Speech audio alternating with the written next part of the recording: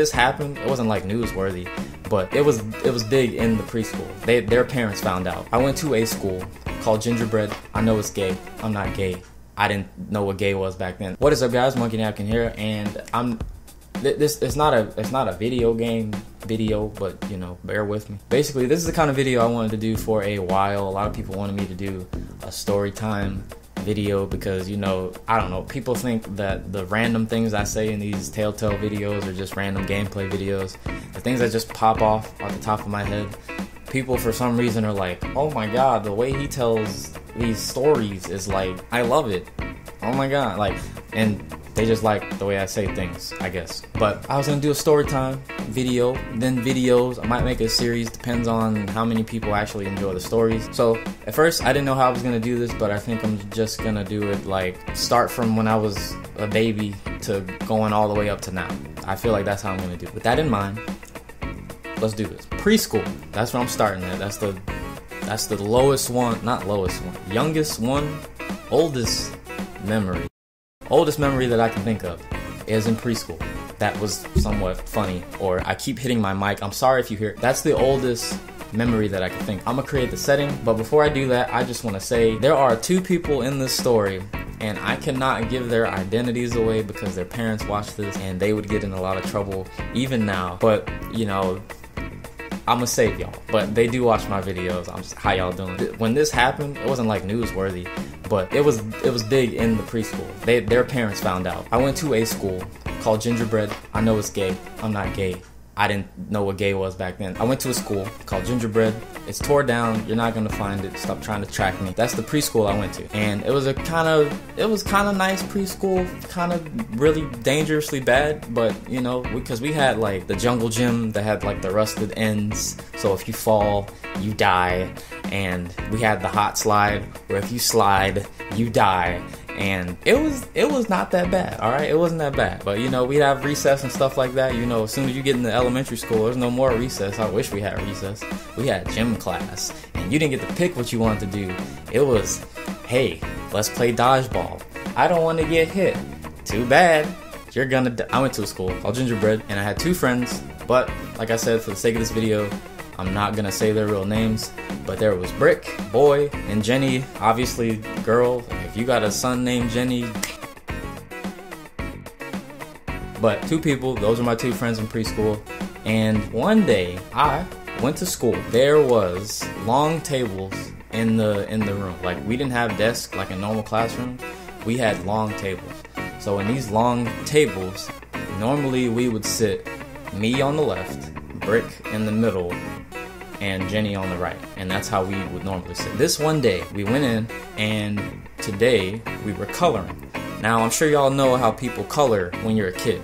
You know, the girls color all pretty, and I'm not gonna lie, the girls, y'all be killing it when y'all little. Y'all, I mean, even now, you should still remember how to color, but you know, you get the coloring book, has the picture of whatever on it.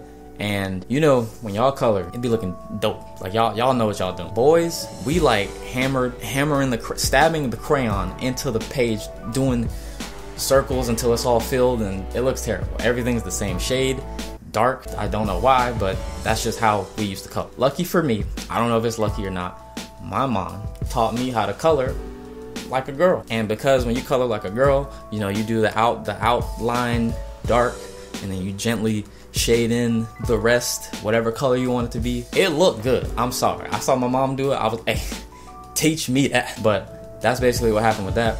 And that was the day before. So when we went into class, I'm gonna skip ahead. There was a lot that happened. We learned about like math. I don't know, 2 + 2, 5. You're wrong. Johnny, get out of my class. Stuff like that happened. And then we got to the coloring part, where teacher handed out pages from a coloring book. It was like, okay, I'm gonna do this. You know, I whip out the 64 pack of crayon because, you know, we had money. I'm just kidding. We didn't have money. It was like 8 crayons in there. I'm pretty sure someone stole the rest. I still brought them out, and people thought I had money. So, you know, I felt good. You know, I had like Tickle Me Elmo Pink. I didn't even know it was a crayon color. Dandelion. What? But I had a lot of colors out of the 8, and I was ready to color. I started my shading and all that stuff. I was doing good. It was a good day until Brick got his page. This is where it just turned. It just messed up everything. So Brick is he's a thick boy. It's a thick boy. Brick was thick. He was big. Basically, he was a big kid, a lot of I don't want to say muscle. He was fat. All right, he was fat. He thought that being the fastest at everything in the class just made him the best. So what he would do is try to do everything as fast as he could. And this is why this was bad. Jenny, girl, looked in a coloring case that was next, you know, the little containers that have like colored pencils and crayons, whatever, you know, you like flip the little thing open and it opens up all the coloring, whatever in it. She was in there. Instead of opening it and reaching in with her arm, she decided, I'm gonna get real close and personal and open it and look in like this. And Brick, as soon as he got his page, instead of him just trying to grab one or looking before he grabbed, he looking at his coloring picture page, whatever. He straight up forced his arm into the coloring box. Instead of grabbing a crayon or whatever, punches Jenny in the face. She's on the ground. In the back of my head, I'm like, I should probably help her. In the front of my head, I'm like, I gotta finish this. I don't have enough time. This is going on the refrigerator. I'm gonna make sure of it. I'm still coloring. She's on the ground yelling. I'm too focused, and I feel bad. Jenny, you know who you are. If you're watching this, I'm sorry. I should have helped, but it went on the refrigerator. I keep hitting my mic, but it went on the refrigerator. I felt good. I felt like I won a competition. I felt good. That happened, and that's not even the crazy event like of the story. The teacher eventually came back in, helped Jenny up. Brick immediately scribbles in all of that super dark, breaks 2 crayons. Cause like I said, that hand too thick.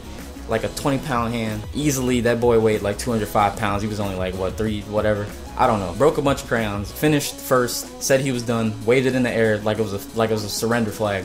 And put his hand down on the table. Didn't do anything else for the rest of the day. Until recess or whatever. Teacher came in, helped Jenny up, said who did it. I did not say anything. Eventually, everyone snitched on Brick. It was a lot of snitches in that class. You know, in preschool, you don't get the whole snitches get stitches thing. You don't get that. So he got in trouble. That's how his parents found out. That's how Jenny's parents found out. After that happened, basically the teacher was like, okay, we're stopping. We're gonna do recess early.